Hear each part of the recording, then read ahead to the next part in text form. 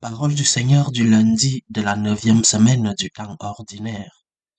Nous célébrons aujourd'hui la mémoire de Saint Justin, martyr, le 1er juin 2026. Évangile de Jésus-Christ selon saint Marc, Marc chapitre 12, versets 1 à 12. En ce temps-là, Jésus se mit à parler en parabole aux chefs des prêtres, aux scribes et aux anciens. Un homme planta une vigne. Il l'entoura d'une clôture, y creusa un pressoir et y bâtit une tour de garde. Puis il loua cette vigne à des vignerons et partit en voyage. Le moment venu, il envoya un serviteur auprès des vignerons pour se faire remettre par eux ce qui lui revenait des fruits de la vigne. Mais les vignerons se saisirent du serviteur, le frappèrent et le renvoyèrent les mains vides. De nouveau, il leur envoya un autre serviteur, et celui-là, ils l'assommèrent et l'humilièrent. Il en envoya encore un autre, et celui-là, ils le tuèrent. Puis beaucoup d'autres serviteurs.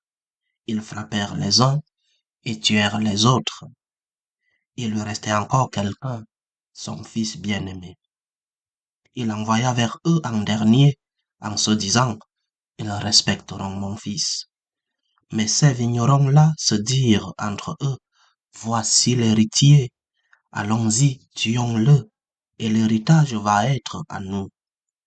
Ils se saisirent de lui, le tuèrent, et le jetèrent hors de la vigne. Que fera le maître de la vigne? Il viendra, fera périr les vignerons, et donnera la vigne à d'autres. N'avez-vous pas lu ce passage de l'Écriture? La pierre qu'ont rejeté les bâtisseurs est devenue la pierre d'angle. C'est là l'œuvre du Seigneur, la merveille devant nos yeux.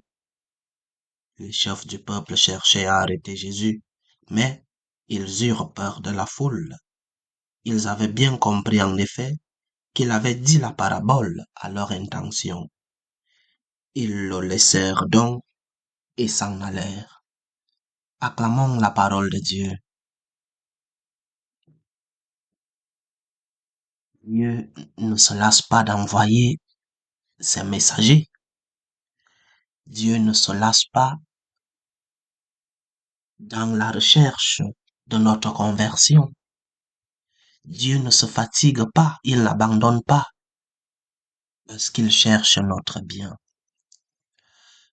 Ce qui est frappant dans la parabole que nous venons d'écouter, c'est la patience du Seigneur, la patience du Maître. Il envoie un serviteur, puis un autre, puis d'autres. Il envoie même son Fils bien-aimé. Et malgré les refus, malgré la violence, il recommence. La persévérance de Dieu, la persévérance bouleversante du cœur de Dieu. Il ne renonce pas facilement à l'homme. Dieu n'abandonne pas l'homme. Parce qu'il t'aime, il ne t'abandonne pas. Malgré que parfois tu lui tournes le dos. Malgré que parfois, par tes péchés, tu viens rompre cette relation que le Seigneur va avoir avec toi. Mais Dieu ne se lasse pas d'envoyer un autre messager. Et combien de fois Dieu nous parle-t-il? Par une homélie comme celle-ci, par exemple, ou une homélie entendue à la messe, un passage de l'écriture que tu as lu, une confession qui t'a marqué, le conseil d'un ami, et même Dieu te parle à travers une épreuve, une consolation intérieure. Il peut utiliser le vie d'un saint, Saint Justin que nous célébrons aujourd'hui. Il peut aider discrètement à changer.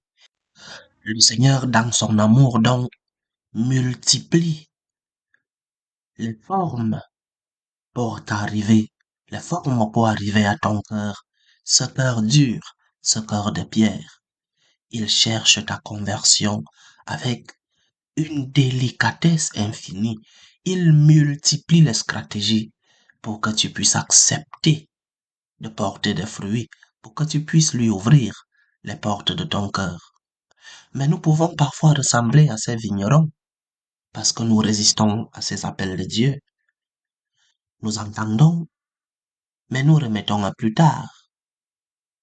Nous ressentons parfois une tiédeur spirituelle, une superficialité dans la prière, mais nous laissons les choses en place.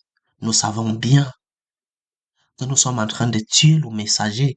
Nous savons bien que ce conseil, ce message vient de Dieu, mais nous l'envoyons à demain. Ou alors, nous voulons éteindre la voix du messager. Le danger est souvent dans cette petite surdité quotidienne. Nous voulons expulser Dieu. Pourtant, la patience divine reste intacte et c'est une source d'espérance. Si Dieu insiste dans son message, c'est qu'il croit encore en notre fécondité, en notre conversion. Si le Seigneur me reprend, s'il me corrige, s'il me dérange, c'est qu'il ne m'abandonne pas. Et tant que Dieu parle, la conversion est possible. Tant que Dieu multiplie ses présences par son message et sa parole quotidienne dans ta vie, c'est que ta conversion est possible. Donc, ne repousse pas l'appel de Dieu. Ne repousse pas le message de Dieu. Ne tue pas le messager. N'éteins pas la voix du messager dans ta conscience. Dieu continue de te chercher.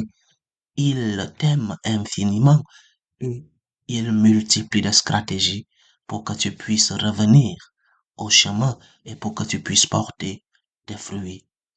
Le Seigneur est un Dieu qui vient à ta recherche et qui envoie tant de messagers, tant d'instruments pour que tu puisses reconnaître sa présence dans ta vie et que cette présence puisse t'apporter la paix, le bonheur dont tu as besoin.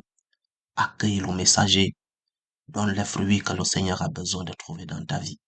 Loué soit Jésus-Christ.